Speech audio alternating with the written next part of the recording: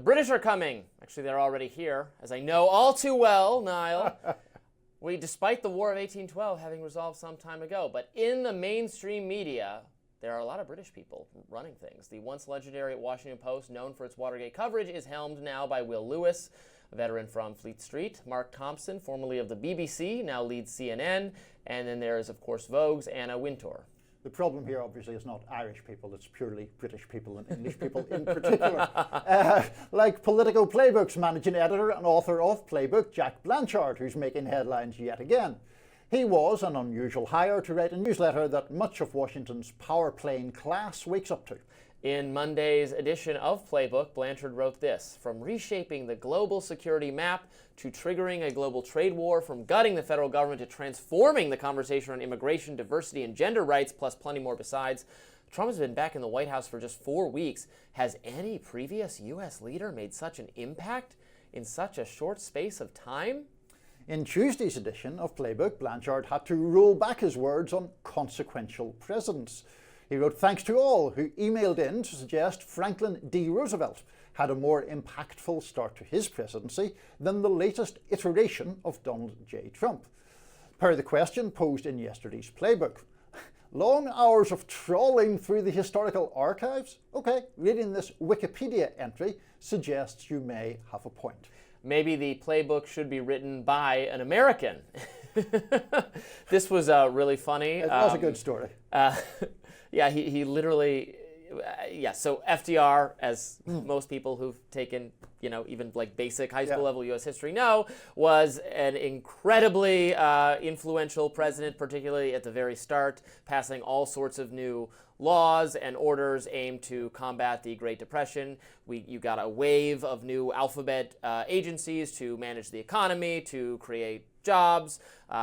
Libertarians hate it all, and we can argue about it, but there's no argument that it wasn't significant and unparalleled. There was no president up until that point who had done all that much in such short a time, and really no president after either. Maybe Donald Trump is competing in this category, but that's the GOAT in terms of immediate, swift, decisive action. It's FDR, someone who the Playbook author, because he's a Brit, had never heard of. And I'm yelling at you, but you're not a Brit. You're Irish. Exactly. You have as much contempt for the British as I do. Well, exactly. I'm obviously in a complicated position here, both defending the presence of foreigners in the American media and eager to taking our jobs and eager to put the boot into the English for 800 years of oppression and all of that. Yes, but look, the difficult. I mean, look, it's a fun story. We're not really giving him that vicious a kicking. But the point is, if he had said in the second day's Playbook, people have mentioned FDR, and of course he did have all these,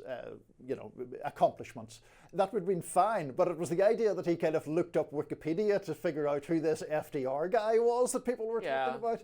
That's probably not a great look. Yeah, although, in all truth, that's what I do when I don't know anything about a subject. I go to Wikipedia. It's not like I go to the encyclopedia, I go to my personal library and take off a tome on a biography of FDR and read through it. Actually, I was reading an FDR biography on Wikipedia. I was just reading the Wikipedia page on FDR last week before this all happened at random.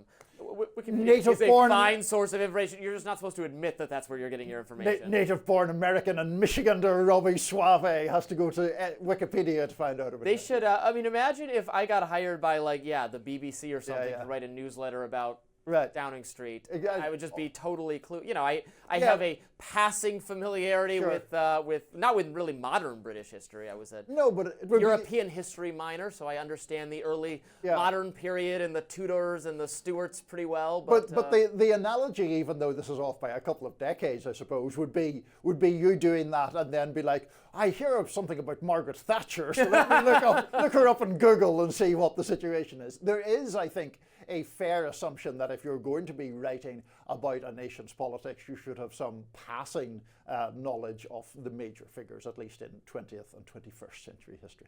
Yeah, it is incredible. Can I just point out something, because this comes up in our comment section quite a lot, about where I'm actually from, Yes. and what my nationality Let is. us know. So I was born and raised in Belfast in the north of Ireland, which automatically gives me dual citizenship. Someone in my situation is permitted to be a citizen of either Ireland or Britain. I have only ever carried an Irish passport for political reasons, but I'm not Scottish, as many of our commentators seem to think. Oh, they think you're Scottish. Yes, and so there we go. Happy to clarify. Well, when I do impersonations of you off camera, my Irish accents and my Scottish accents come out exactly the same. I go from one to the other. North of Ireland and Scotland are very similar accent-wise, and in fact, from close to where I grew up, you can look across and see Scotland on a clear day, much like Sarah Palin looking to How about that? Russia. And obviously, some people from the British Isles would be perfectly adept at writing, and like yourself, would be perfectly adept at writing a newsletter about Washington politics, because you have been covering it for years and years and years, and are very expert in it. So there's nothing against